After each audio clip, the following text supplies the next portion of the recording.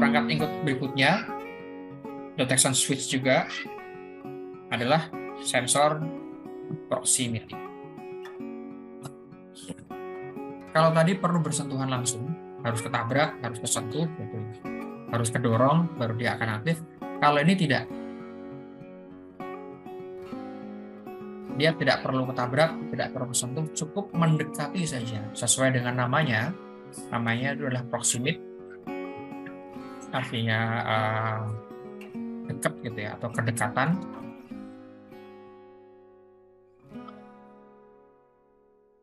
Proximity sensor ini punya sensing distance tertentu, yang sebenarnya jaraknya nggak jauh-jauh banget juga. Maksimal antara 4 mm sampai 5 mm. Jadi bendanya ya harus dekat supaya bisa terdeteksi oleh si proximity sensor.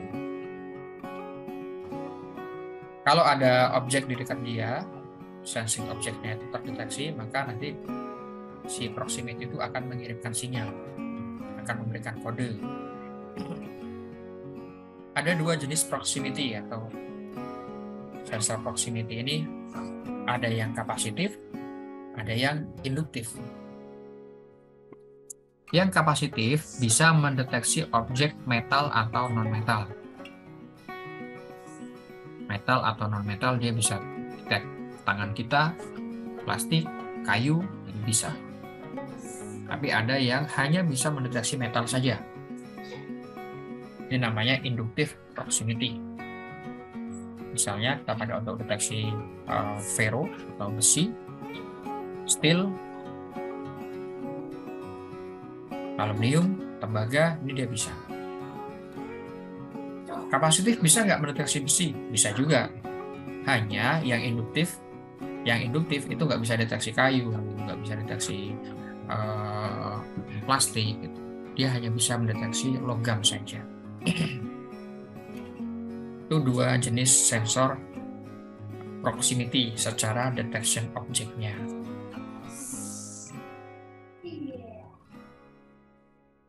Simbolnya seperti ini. Inductive proximity sensor adalah for metal object detection. Simbolnya seperti ini, teman-teman. Di bagian bawahnya itu ada kotak yang full hitam semua. Secara objek, kabelnya ada 3 dia. Kabel warna coklat untuk disambungkan dengan tegangan kerja positif, yang biru disambungkan tegangan kerja yang 0 atau negatif, yang hitam ini adalah sinyalnya. Dia mengirimkan sinyal pada saat mendeteksi sebuah objek. Yang ini kapasitif juga sama, kabelnya juga kayak gini juga. Kalau kapasitif tadi, dia bisa detect metal atau non-metal. Simbolnya seperti ini, ada simbol kapasitor di bawahnya. Kabelnya ada 3 ya, atas, bawah, tengah. Nah, baik induktif maupun kapasitif sensor ada 2 jenis lagi. 2 jenisnya itu berdasarkan sinyal yang digenerate-nya pada saat mendeteksi objek. Yang pertama ada sensor yang sifatnya PNP. Si sensor PNP ini Anda bisa lihat di bagian sini. Ini adalah objek sensornya yang garis putus-putus. Kemudian kabelnya ada yang brown, yang coklat, yang blue. Yang coklat kita sambungkan ke potensial positifnya baterai atau sumber tegangan. Yang biru kita sambungkan ke negatifnya dari baterai atau sumber tegangan. Ini untuk source dari sensor ini supaya bisa bekerja. Bagian yang black, bagian yang hitam, nanti akan kita sambungkan ke load. Load ini nantinya bisa berupa lampu, bisa berupa terminal input PLC atau apapun. Load ini nanti sinyal yang akan kita kirim ke controller kita. Pada saat mendeteksi objek di sini, di sensornya, si main switch circuit ini akan melakukan penyambungan dari kaki coklat, brown, masuk ke black ke sini. Dari sini masuk ke sini. Berarti nanti di kaki black ini potensialnya akan ada positif atau negatif ya di kaki black. Kalau lihat arah panahnya, switch dari brown, dari coklat, karena coklat itu sambungkan 24 volt, maka kalau si sensor itu mendeteksi sebuah objek, disambungkan brown ke black. Jadi si kaki kabel warna hitam itu akan punya potensial yang positif. Kaki hitam ini akan punya potensial yang positif.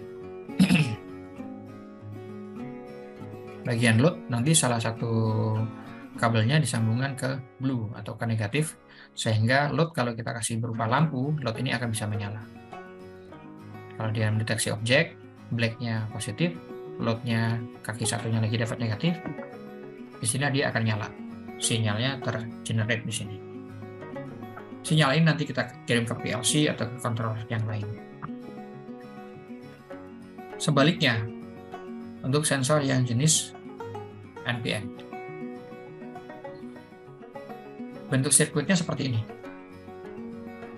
Brown dan blue, brown dapat ke 24 volt positif atau baterai yang positif, sedangkan blue dapat yang 0. Black nanti akan mengirim sinyal. Pada saat main circuit itu mendeteksi objek, maka akan ada switching di sini. Yang di switch adalah bagian black di switch ke blue, black di switch ke blue. Sehingga karena black di switch ke blue, nanti black ini punya potensial yang negatif. Sedangkan positifnya dapat langsung dari sini ya. Seperti ini. Nah, kalau kita amati di sini, arah tegangannya, arah arusnya dari brown masuk ke sini, dari black masuk ke sini, kemudian ke potensial baterai negatif lagi. Sedangkan yang ini masuknya dari brown, kemudian ke black. Setelah dari black baru masuk ke main circuit, masuk ke blue, masuk ke sini. Dua prinsip sensor ini yang nanti akan kita pakai di otomasi industri.